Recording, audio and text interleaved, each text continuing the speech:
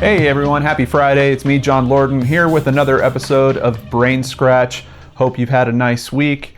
I've been finding myself saying the same thing in several videos lately. A person was taking their dog out for a walk and they found blank. Now, unfortunately, in many cases, it is human remains.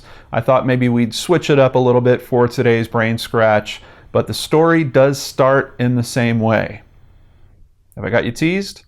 All right, let's take a look into the story of the Saddle Ridge Hoard, or also referred to as Saddle Ridge Gold. Here we're starting at an article at news.nationalgeographic.com. This is an article from February 27th of 2014, and we're seeing pictures of gold inside of a can of some type. Many people are referring to it as a coffee can. Let's see if we can learn more about this. Where did this come from? The dream of discovering buried treasure came true for a California couple who found a real pot of gold while walking their dog. The largest such hoard ever found in the U.S. is comprised of 1,411 gold coins minted between 1847 and 1894, worth an estimated $10 million in today's market. Now that was certainly a very lucrative walk with the dog. Not only is he getting some health, are you getting some health, but you bump into a fortune. Let's continue. The discovery was made on a path they had used for years. Spotting the side of a rusted can barely emerging from a hillside, they dug it out with a stick and carried it home. Subsequent trips to the site turned up several more treasure-filled cans. Here we have another shot of a different one, full of gold. Now, the couple has not come out publicly with their names. They are just known as John and Mary. They appear to be in their 40s, and I believe the discovery was actually made in 2013 of when they bumped into this. They didn't know what to do, so they reached out to someone. We'll talk about them a little bit more later, and essentially to try to sell the gold off. And they might have actually had a very good reason for that. Jumping over to theblaze.com, February 28th, 2014, a California couple that discovered $10 million worth of gold coins last year will have to pay nearly half that amount in federal and state income tax, regardless of whether they sell the coins. Can you imagine this? You bump into a fortune and you have to pay taxes on it immediately that year, and especially something that isn't quite dissolved yet. I mean, yeah, it's gold, but the market value has to be figured out. You have to find buyers for it. I mean, it's a whole process that you have to go through, and apparently you have to get it done by the end of tax time. Now that is if you actually get to keep it. At time.com, they also wrote about this, March 5th of 2014. Not long after it became public last month that the unnamed couple had found the coins on their property, news outlets dug up an old newspaper clip showing a suspiciously similar amount of coins had been stolen from the San Francisco branch of the U.S. Mint circa 1900. That led to speculation that the government might stake a claim on the money. Quote, "It is with regret, however, that I record that the count of coin in the mint at San Francisco at the close of the fiscal year revealed a shortage of $30,000, the director of the mint wrote in his annual report in 1901. The coins the anonymous California couple stumbled upon, buried in 8 cans on their property, would have been worth about $28,000 at the time. The coins discovered by the couple are dated over a span of almost 50 years, from 1847 to 1894. Some of those coins are stamps with the imprints of other mints around the U.S. The coins in the 1901 theft came from the cashier's vault, which only contained coins minted during that fiscal year." So this really raises the question for me, and this is why I thought this would be a good episode of BrainScratch. Where did these coins come from? Now here we have a theory that is kicking off fairly soon after the discovery is kind of hitting the press and going public. I believe that happened because of the company that is helping them essentially try to sell all of these coins. But it's a really good question, and there's a couple of different theories we're going to go over, but you have to think of that mentality of taking gold and putting it in a coffee can and then essentially burying it kind of in the wilderness. Now, from what I understand, they actually own this property. We don't know many details about the property, but I would say it's probably considerable if they take their dog for walks back there. And the way that they describe, we'll get, luckily they did an interview, so we will get some input directly from them about how all this went down. But in terms of understanding where the gold came from, that is a much harder case to crack. And there's a lot of questions that quite honestly lead to dead ends. I mean, it's very hard to follow up on this, particularly if we don't know the actual location that this stuff was found at. Perhaps if you did know where they were living, you could look at land records, see who owned that piece of property, if it was indeed owned by someone back at that point. Or was it publicly accessible? Was this an area that someone thought was private that they could hide this money at temporarily and come back and get it later? I've read some comments from people saying they certainly think that this was not intended to be a long-term storage, because why would you put gold in coffee cans that are going to rust, and they have to deal with water and the elements and corrosion, and eventually that might impact. I'm actually not sure if gold corrodes like that, but in any case, it would certainly impact the value of the coins if their images had been tarnished or damaged. And that was part of the value, at least of these coins being discovered now, is that it looked like some of them hadn't even been circulated. Like they literally came straight from the mint. Does that mean that this story that someone possibly stole some coins from the mint could be true? Let's continue on this article at Time. Other people have tried to lay claim to the money. Several people have contacted the firm that's selling the coins, saying their great-grandfather might have some claim, or they were sure the coins came from this heist or that heist. This tells me that John and Mary's decision to keep their identities private in all this was probably a good one, because here you just have a bank of coins being found and people are crawling out of the woodwork saying, hey, that's mine, or that belonged to a relative of mine. If you had John or Mary's identity out there as well, you could have people that were hitting them up because of some reason, family connection or something along those lines. So I think they're saving themselves a little bit of a headache by staying private. But to answer the question about the coins and them being stolen from the mint, Walter Dimmick, once a chief clerk at the San Francisco Mint, was found guilty of stealing the $30,000 worth of gold coins in 1903. But the loot, to this day, has not been found.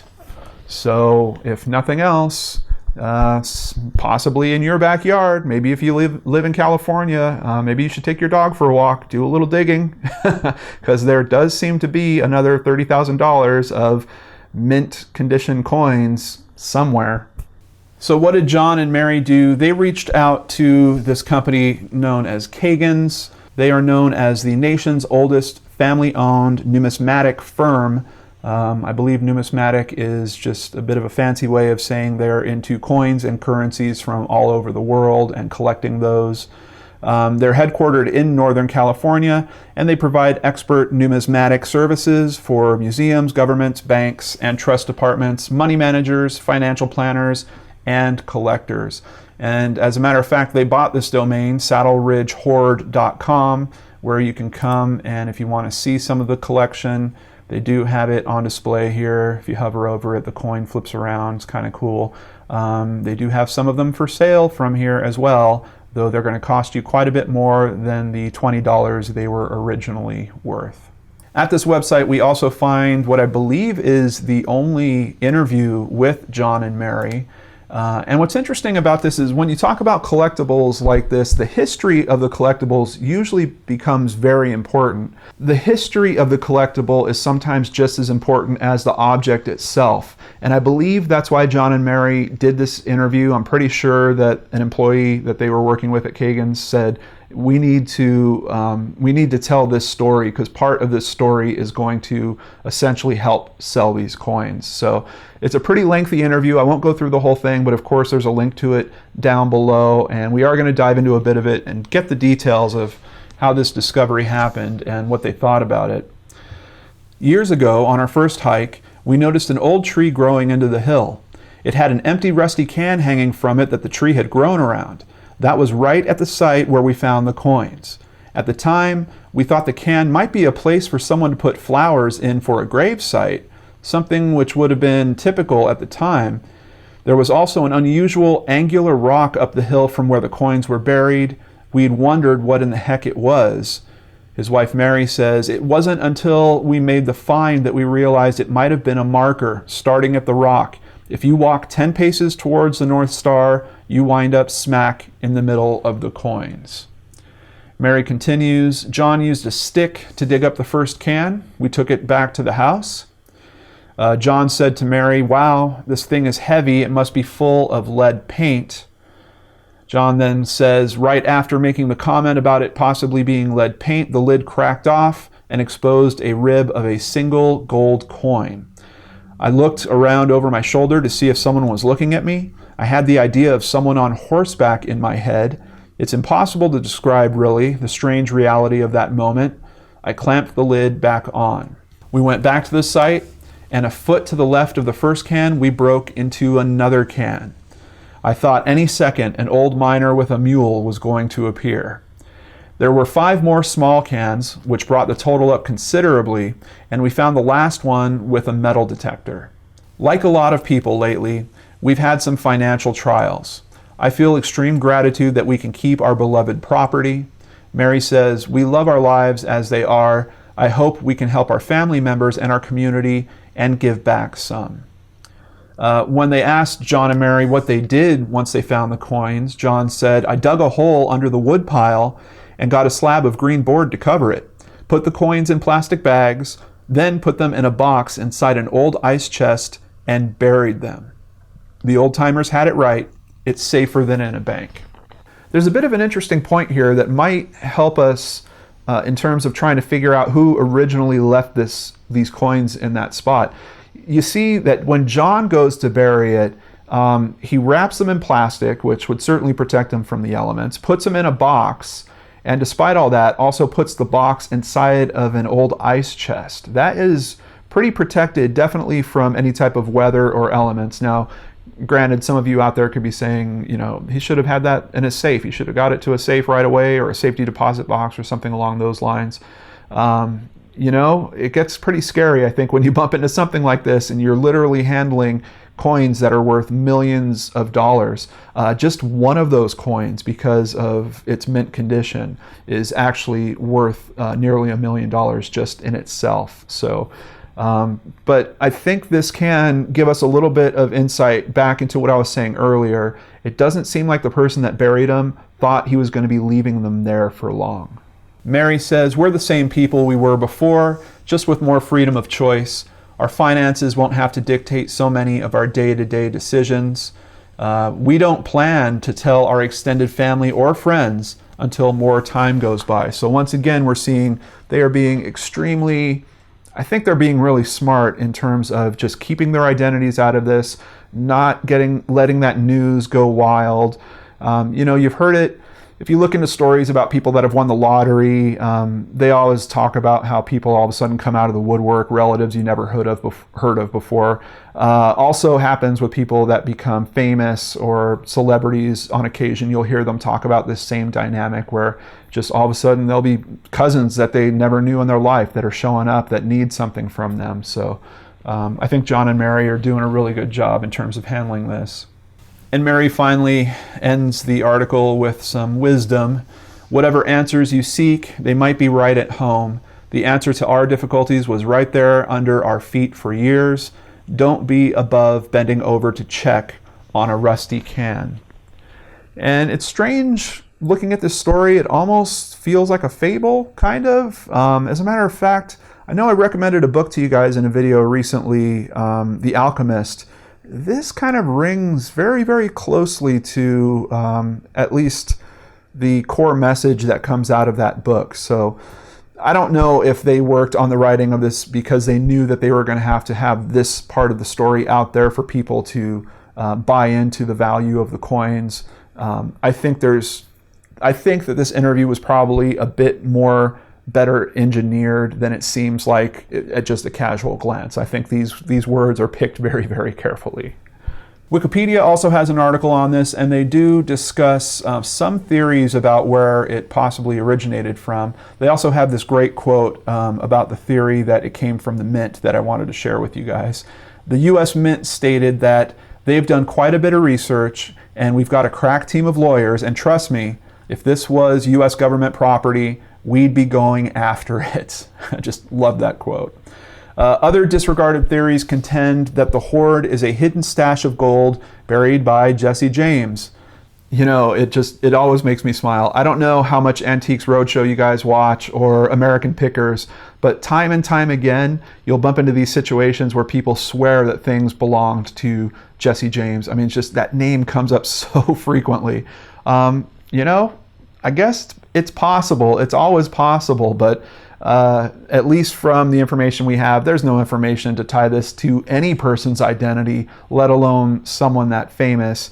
Although it might potentially answer a question if this money was indeed stolen from someone or taken from someone, and the person that buried it was a criminal. Did they perhaps get caught at some point? Did they face justice? Possibly did they get killed or something along those lines? That might answer the question of why no one came back for it and dug it back up. Or loot taken by Black Bart, who was known for robbing stagecoaches. A theory has also been advanced that the Hoard was part of a treasure supposedly hidden by the Knights of the Golden Circle to be used to fund a second civil war. Wow, that's pretty deep. The predominant theory attributes the cash to an unknown individual who chose to bury the coins rather than trust the banks to protect his wealth. And I did run into this kind of blog series called Think Like a Pirate that seems to be hosted at some financial websites. I'll have links for them down below because it seems like this blog jumps from one site to the other for some reason. It's across its different parts. But I have to give this person some credit because the way they wrote and they started looking at this case really made me think about not just the motivation, not just what type of person would do it, but that really big point of putting it in coffee cans. It's just, that's not a very solid way to put this stuff in the ground. And in particular, in part 2 of their analysis, they start getting to at least what are the few known facts about this. The dates upon which the coins were struck span from 1847 to 1894. It's a period of 47 years. I guess if this was someone that was actually working for that money and was just storing it there, 47 years would seem to be a pretty decent length of an adult life. But what happened to this person that they didn't come back and unearth it later, we still don't know. The latest coins struck were in 1894. Many of the coins, especially the newest ones, showed quite virtually no signs of wear. And finally, there wasn't a great variety in styles of the containers which were used. To my knowledge, all 8 cans which were found were roughly the same type of coffee can.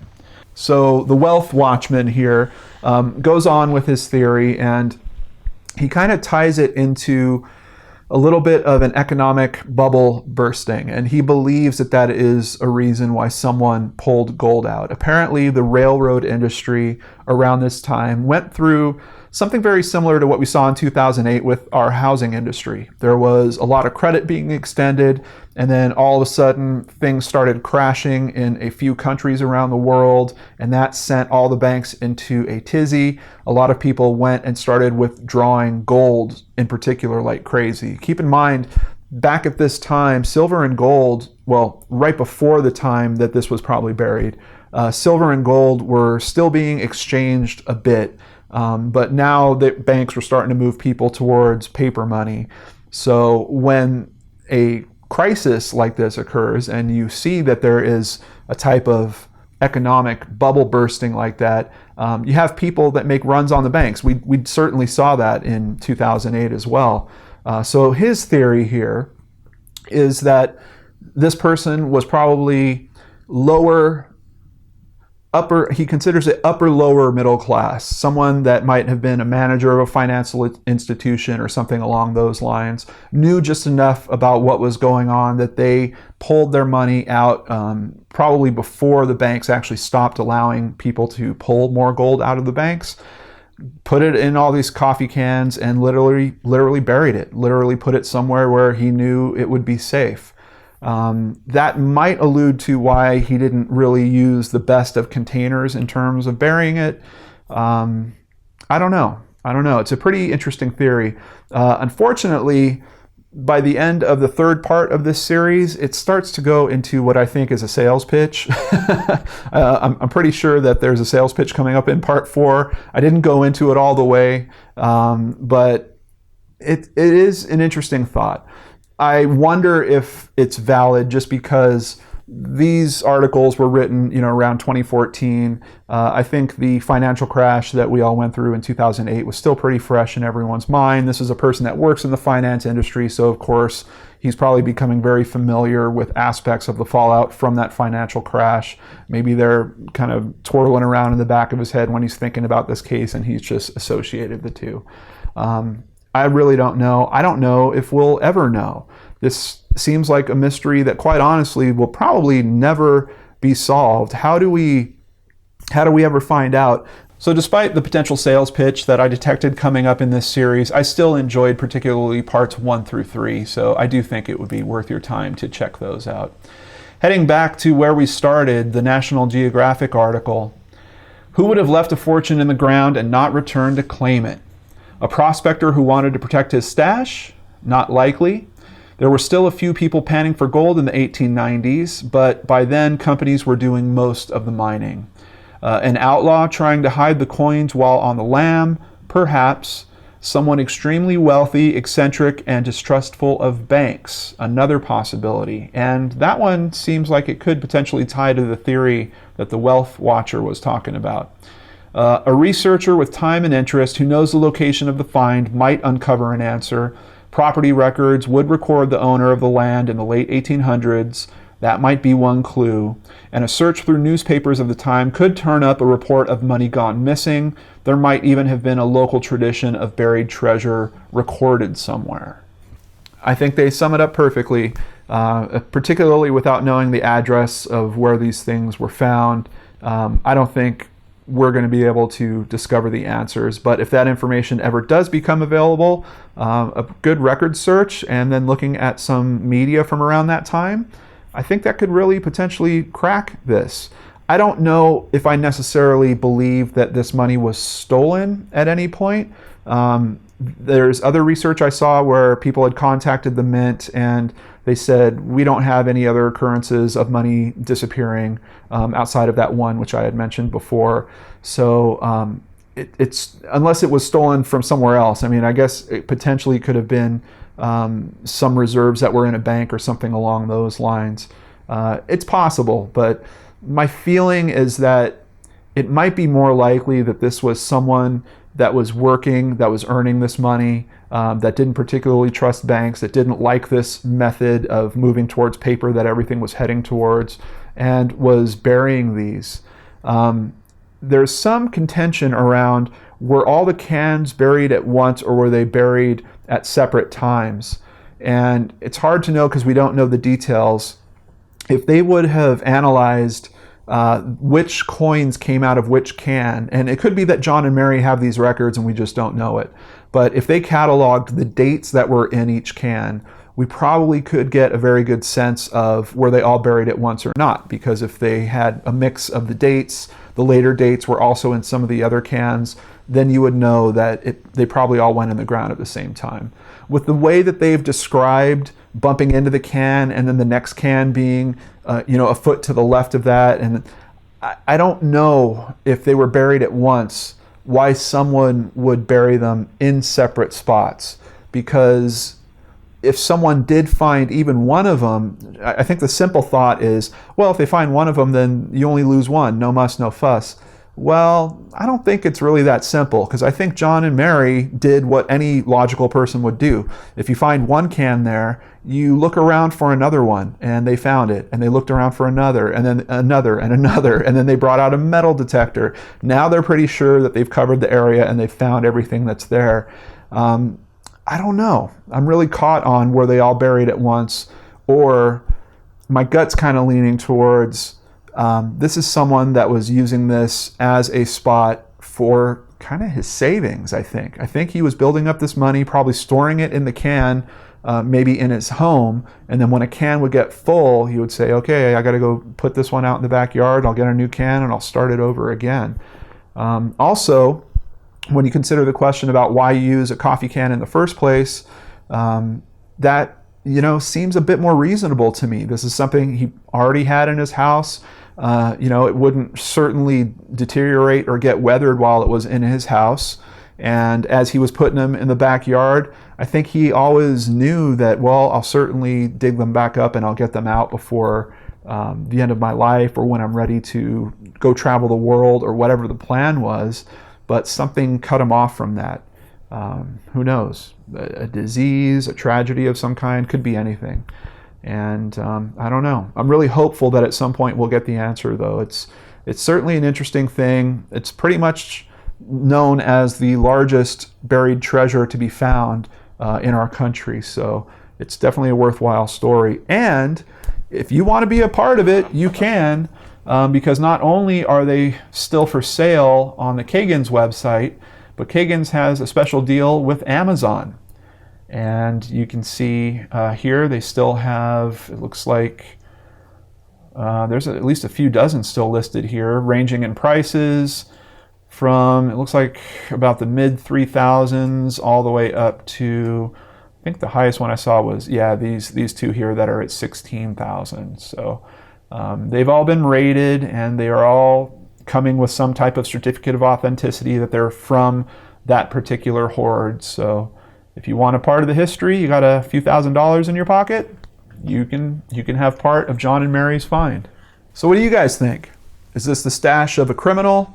Does it really belong to Jesse James or Black Bart or one of these types of people? Or maybe a criminal no one's ever heard of before?